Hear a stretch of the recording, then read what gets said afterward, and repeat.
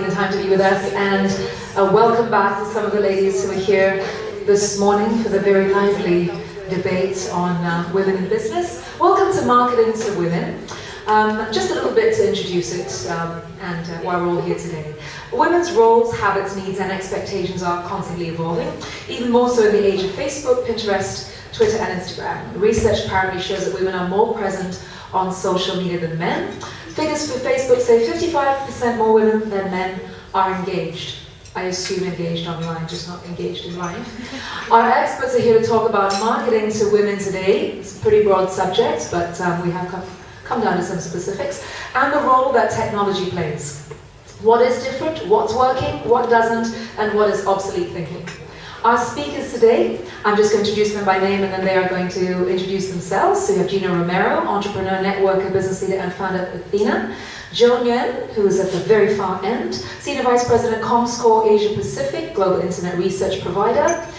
Emily Hamilton, founder and director, just next to Jo, of Bellabox, a premium beauty discovery service.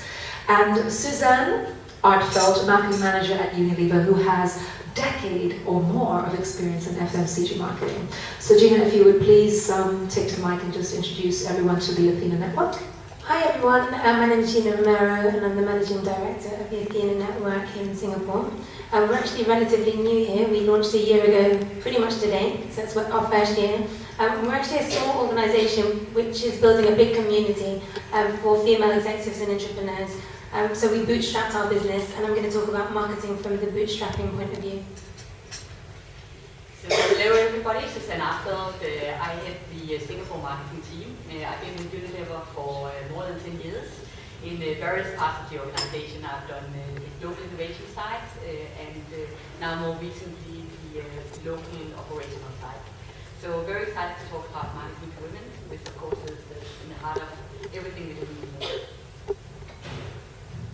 My name is Emily. I'm the Managing Director of Bellabox, and we launched a year and a half ago in Singapore and Australia, and our customer base are all women.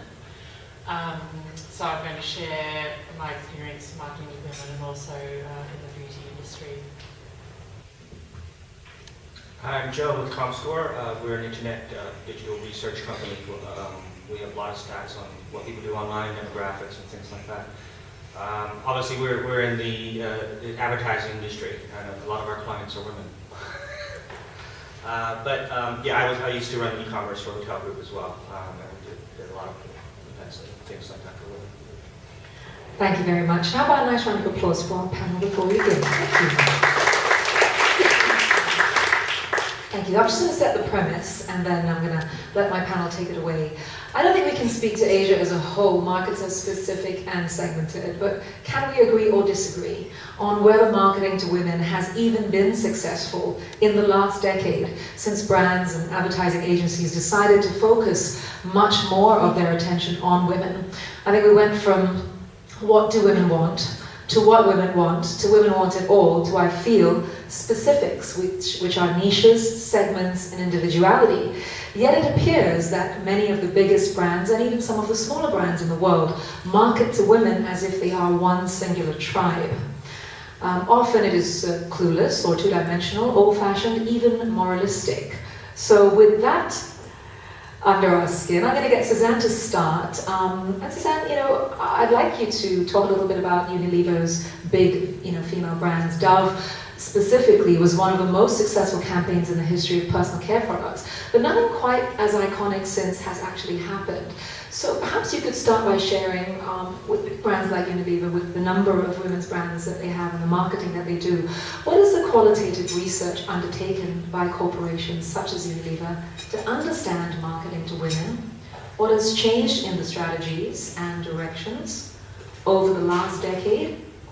And what are some of the lessons that have been learned? Thank you very much. Very big topics to cover. Firstly, have we been successful? Yes, definitely we had. Unilever is at a very positive growth in Asia specifically and have enjoyed a very nice double-digit growth for the past 10 years in this region. And quite interestingly, I find is that the developing markets and there including Asia is becoming a significantly important base for Unilever. Today, basically, these markets contribute with 52% of the total So yes, we have been very, very successful. I think marketing to women becomes a very interesting topic, but I think we just need to set a few facts straight. Firstly, while the population obviously is more than 50% split when we look at it overall, the consumers that we do target very much are the women, for the pure reason that those are the ones buying the groceries. Even in Singapore, 84% of the grocery buyers are women. So therefore, they are very, very important in everything we do. And that's also where I said that it's at the heart, basically, of our business. Are we good enough? I think that's a very, very fair question. And thanks for mentioning Dove. I think that's a great example. Dove is a brand that we've been very proud of. We won many, many awards on as well. And this is a brand where we managed to basically take a very strong functionality within our products and merge that with a very strong emotional reason to believe. And when we do so, and when we do that consistently, we see that our brands do much better. And recently Unilever had to kind of reset ourselves because the market becomes much more fragmented, much more demanding, and many new players enter both from a global but also from a local perspective. So what we are undergoing right now is very much a renovation amongst all our brands. And the brands and the brand communication strategies that we've seen in place today are very, very different from what they were just 3 years back. Because what we are trying to do is to rebalance the functional with the emotional promise. There's so many ice creams out there, but why should people buy a Magnum? They would only do so if it promises something more than just being an ice cream. So basically that is what we are trying to do, and that is supported by significant qualitative research, where we see that consumers, they want brands to play a role, an aggressive and a mission-led role in their lives to really become relevant. So those were some. Thank you very much, Suzanne. I'm going to address this next bit to you, Joe. At the end of the day, though, do women respond to traditional media campaigns at all anymore?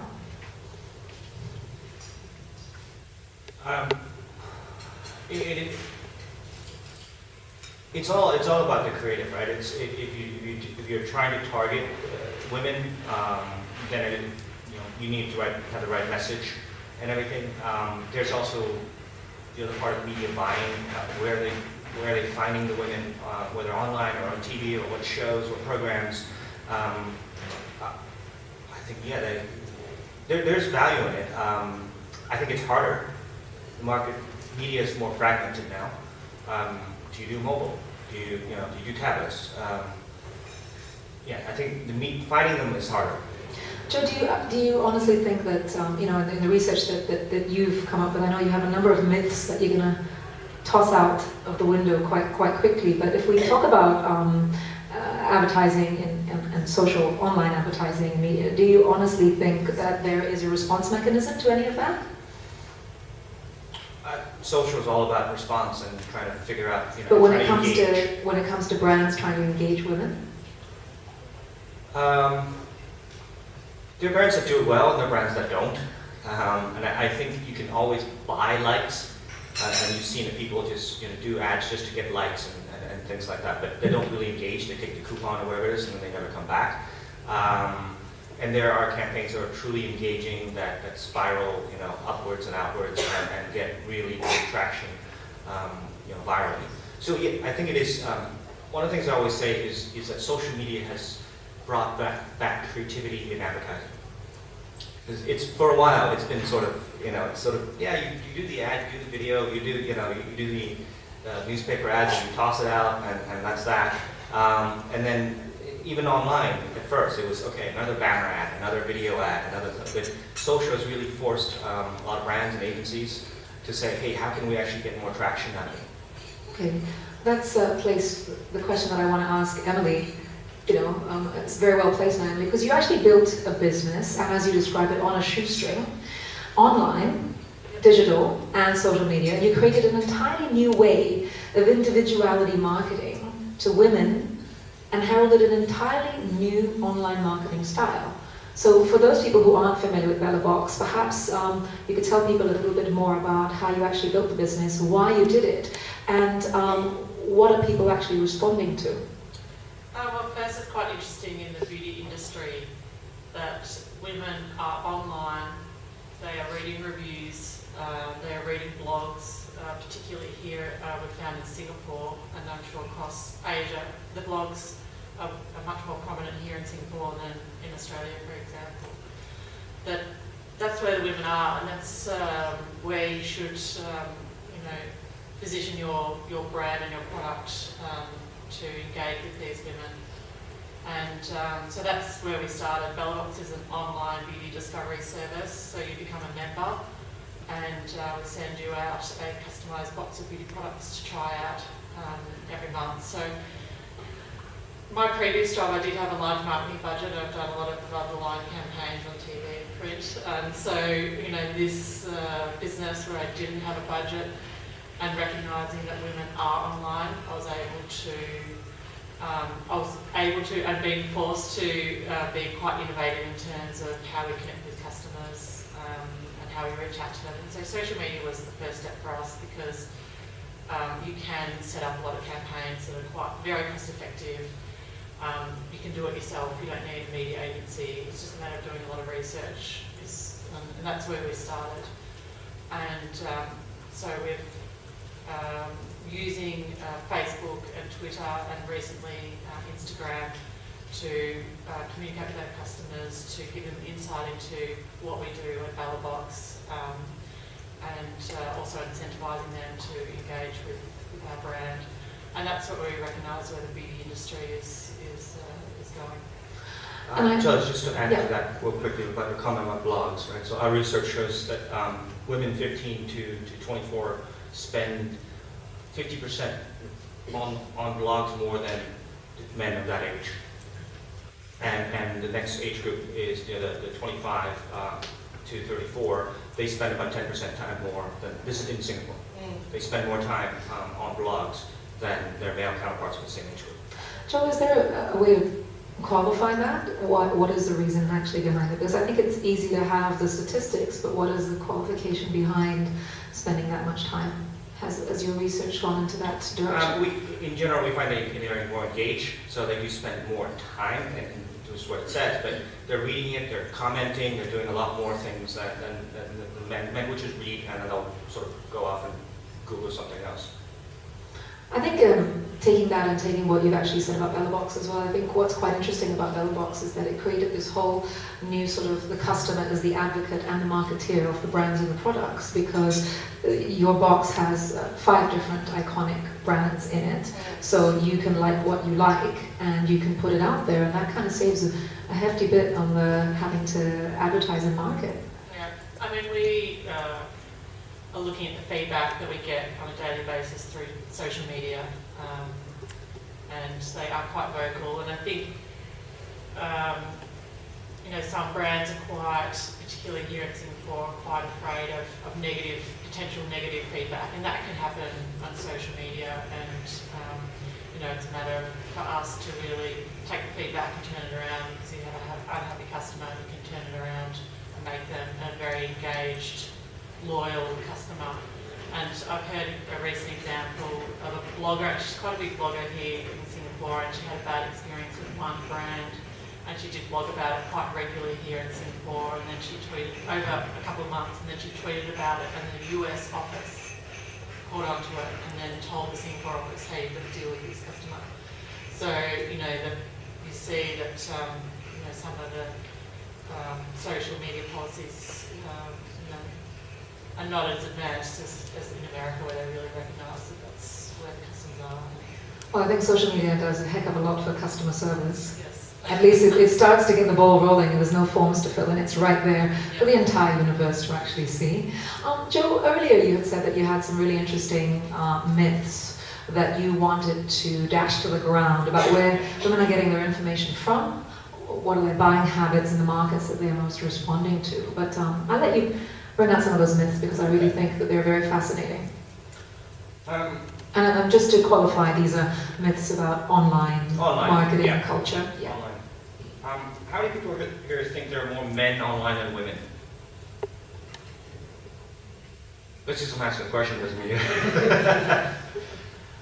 in general, worldwide, yes, there are more men.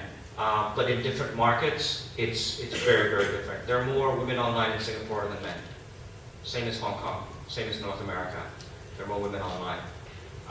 When you move to other markets like India, Indonesia, it's going to skew towards the men. And that's sort of the younger population, how it's skewed.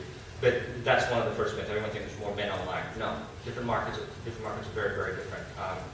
The same thing goes with age. A lot of people think that the old people are not online. They are. Right? There's a myth that a lot of people say that women are more engaged on the web. It's not true. They're equally engaged as men, just on different things. And that's the difference is what you're trying to figure out, right? You're trying to say, okay, we're on blogs, on social networks, more engaged on social networks. So it's not categorized. It does differ, but in general, same time spent right, on the web. This goes back to what I was saying. Men and women are equally engaged in social networking. No, it's not true. Women are more engaged. A little bit, but and it varies by market as well. The other myth, men make more purchases online than women. I don't think so. It's just like offline. Women do a lot more research. They look at a lot more in detail at everything from travel to banking to retail, and they do make the purchases and purchasing decisions. And the last one, women are driving online video. There's a lot of people were saying that, and it's just not true. Men are just spending so much time wasting their time on videos. Could we qualify what kind of videos they're watching? Yeah, so when it comes to YouTube... And what kind of videos are women watching? Because it's equal opportunity these days. Yeah, it is. Won't go there. Why not? Why not, Joe? No, we have categories for adult sites, and it surprises people that when I show, the demographics for adult sites, that it's, 40% women. Yep. And everyone's like, really? And I was like, that's what it says. But with YouTube, in particular, for online video, women are more engaged. So, yeah, it's overall online video, men do watch a lot more online, they spend a lot more time watching, whatever, Stomp, whatever else. Stomp? Okay, let's move it along from pornography right into, just kidding. Gina, I'd like you to actually spend some time discussing with our audience the use and successes as well as failures of building and marketing strictly female-centric communities online and offline. And the point of female entrepreneurs, sorry, I've been talking for hours, excuse me. And the point of female entrepreneurs leveraging on these communities for their businesses, how much business really gets generated out of these female-centric communities, and can and do marketeers even tap these communities? What is or what isn't working? That's quite a few questions. Okay, let's start with the first one about really the use and success as well as failures of building and marketing strictly female-centric communities online. So I guess I come in from a building to deliver demand kind of point of view, because Athena was born in the UK actually out of demand for a women's network. So a lot of networking is actually very male-dominated, or it was in the day. So it was actually created because the existing business networking communities didn't seem to be serving the needs of the market. And the reason for that was actually quite simple. It turned out a lot of the business networking clubs were run in the morning. So there were breakfast meetings. And in the UK, that's school run time for those of us who aren't fortunate enough to have help like we do here in Singapore. So what happened was when one of the founders of Athena actually realized that she was doing really well with her business networking actually, and she founded 40 groups, I think, as part of an international mixed networking group. When she had her children, she realized that actually this wasn't going to work for her anymore, because going to a business networking morning at 7:30 when she had children to sort out just wasn't serving her needs anymore. So she decided to look for a women's network that met at lunch. But unfortunately, there wasn't anything. Or fortunately maybe, because she actually decided to create the Athena network from there. And she just started it small, and it actually really took off, because in 2005 there was nothing. There were ladies who lunch groups, but what she actually really wanted to create was a network that served the business women, not the launching woman.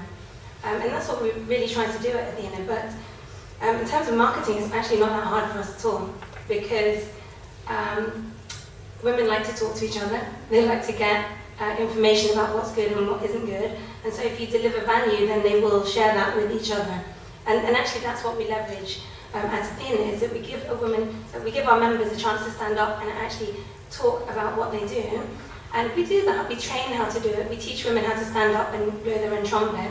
But the bit that's really powerful is that we give the ladies a chance to actually stand up and talk about somebody else. And that's the bit that really works, because you ask a woman to stand up and talk for a minute about herself and she'll say, oh, you know, I do this and I do that, and it's not that great, even when they train and learn how to pitch themselves.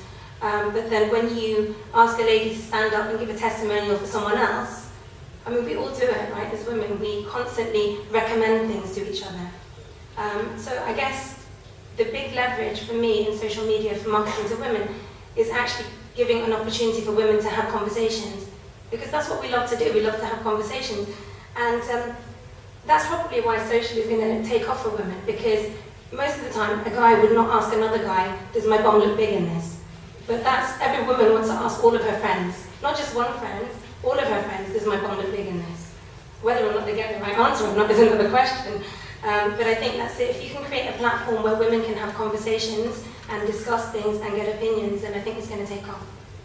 Did that answer any of that question? It did answer some of that question, and I'm going to come back to you on that, but I think that you'd like to have a little something to say there, Suzanne? Yeah, no, so I'll basically just share a little about that journey and how we see it from a corporate perspective. So firstly, marketing to women for us, social is a very big part of it, but it's not the only part of it. We strongly believe that it needs to go hand in hand with everything else we do. So I know that there's a lot of talk about social. I know that a lot of agencies being created around social these days. A lot of talk is happening in this area. But from a corporate perspective, from a Unilever perspective, we still believe that TV is very essential. Even if we look into Singapore, the dates, the statistics tells us that about 65% even of the younger population still watch TV. So it may die out over time, but it hasn't died out yet. With that said, we are looking at the digital as a platform very, very seriously.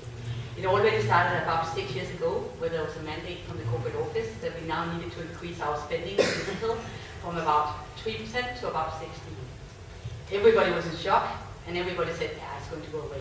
They say it, it's not going to happen. Step by step, we managed to basically push some of the countries to increase that spend and develop more understanding of this very, very difficult and very fragmented area to be in. Where today, we are still far from the 16%, but I strongly believe, and that's the way that we manage the business in Singapore, is that it's not a matter of a percentage, it's more a matter of what's right for the brand. The experimentation we have had in Singapore, I had the big luxury of basically dealing with the entire portfolio. And what we see is that while every global brand wants us to go on digital, it doesn't necessarily work for every brand. While women do like talking about kids' creativity and why that's important, and letting them become dirty, and then we manage to basically squeeze our brand briefs in there to say, yeah, we can help you in this journey. It is not a very digital savvy conversation, and we've been trying to do so very aggressively, very creatively, but the female consumers don't really hang on to it in the same way as they would do to conversations on other brands, such as some of the hair care brands. Dove, a brand that talks about being women, they get hugely engaged, and we will maybe see about like 3 tweets on our home care portfolio. We'll see as many as 300, 400 in one day on Dove. Another great example is Ben & Jerry's. It is a brand where we don't have any above-the-line advertising at all. We do have support advertising. It's not only entirely running on the digital model, but digital is a very important support factor for basically what's happening in the activations. And there you see that within one day we'll be able to get as many as 500 responses in Singapore only. So while social is very, very, very important, marketing to women, I don't believe that it's one for all. You really need to see the context of your brand and the context of your consumers and how those two parts fit in to really give you a viable and successful media strategy. And in the context of your market as well, Indonesia is not something that you would pour 16% of your budget into digital. Increasingly so, actually, I would say, especially out of Indonesia, we've seen on On a brand like Lifebuoy, within a month we can easily get about like 1.5 million likes or conversations. So increasingly so, yeah. But don't you think, though, that Susanna, especially with big companies like Unilevers and the Unilevers of the world, that there is this great divide between understanding social media as a method and what the actual message is that you need to deliver on social media to actually gain something for your marketing? And I think a lot of big brands, that's a big divide for them. They often appear to not really know what on earth they're actually doing online and use social media and digital media specifically just for branding and for the number of thousands of likes, but they're not really creating any conversations around their brands. It's very true, and we still struggle to get that right, and that's basically where we rely on our agencies to really guide us and ensure that we step in a way that's engaging to our consumers. I think one example is basically we look into our hair portfolio. We will have brands like Sunsilk, Dove, Tony and Guy, and Clear. Very, very, very different brands that each require a very different model. And how do we manage to engage? It's only if we basically talk about things that these people care about. So on Tony and Guy, it needs to be all about styling tips. It's and trying to invite our consumers to basically talk about what they care about and what their issues are in terms of styling, and then have the conversation around that. Similar to when we go into Sunsilk, it's all about having a good time, a much more teeny platform to have conversations on. And we are not there yet. We're still very much experimenting and trying to get this right. Sometimes we do, sometimes we don't, but I wouldn't say that we have a business model that is totally set. And maybe that's also the nature of social. We just can't always get it right, and that's fine too. Well, I'm going to be provocative and throw this question straight to Emily, because I think a brand like BellaBox can reveal a lot about online marketing and the buying habits of women. And why aren't marketeers to women understanding anything about online habits? And really, why does BellaBox work? So the first question is whether they understand. Because I see that there's it's interesting that the two of you are actually sitting next to each other and both talking about, health and beauty brands, because I think that it's at very different ends of the spectrum and at very different points in the entire online marketing world and genre. And I think BellaBox actually, as we said earlier, is very much a brand that actually allows its own consumers to be its advocates of all of the brands that are there, whereas a lot of the slightly more old school, with all due respect to Unilever, old school marketing is about putting it out there and seeing what sort of happens. Whereas I think BellaBox, and I've followed you and I see what people, there's a huge conversation going on online. So what is it that a brand like BellaBox can reveal about online marketing and teach others about? Well, I think in terms of the brands themselves, there's huge brand value in that they've built up over time. So they do have restrictions on what they can and they can't do. And when you are a startup and you're a new company, obviously there's no restrictions. You can have the freedom to build up your brand, and so that's what we've done. The whole concept of BellaBox is beauty discovery, so there is this conversation about new products you have discovered in the box, something you've never heard about that you've never tried before, and you absolutely love it. And this surprising and delighting the customer is something that we've really worked very hard on, and to really find those products that are newer to the market, or they're popular in another country, and we can introduce them here in Singapore. And that's where a lot of the conversation is, because you don't know the contents of your box. You perhaps don't know the brand. Some brands you do know, some products you do know, but a lot of the products you don't. And so that's where we really focus on building the conversation. And a lot of the hard work we need to do as a company is to ensure that we do deliver good quality products and have this beauty surprise and delight the customers.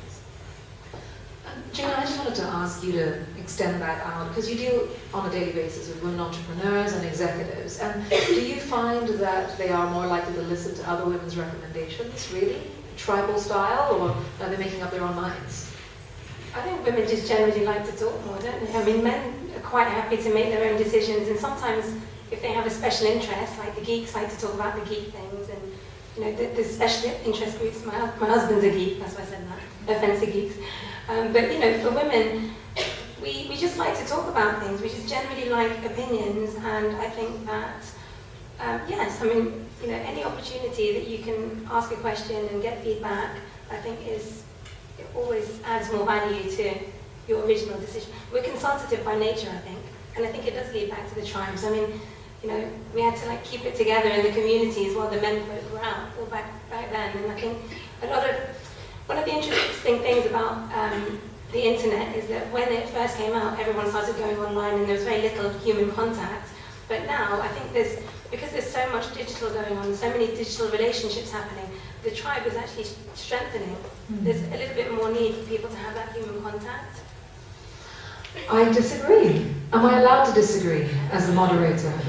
Well, I do disagree because I think that, and I respectfully disagree, because I think that social media is actually about freedom.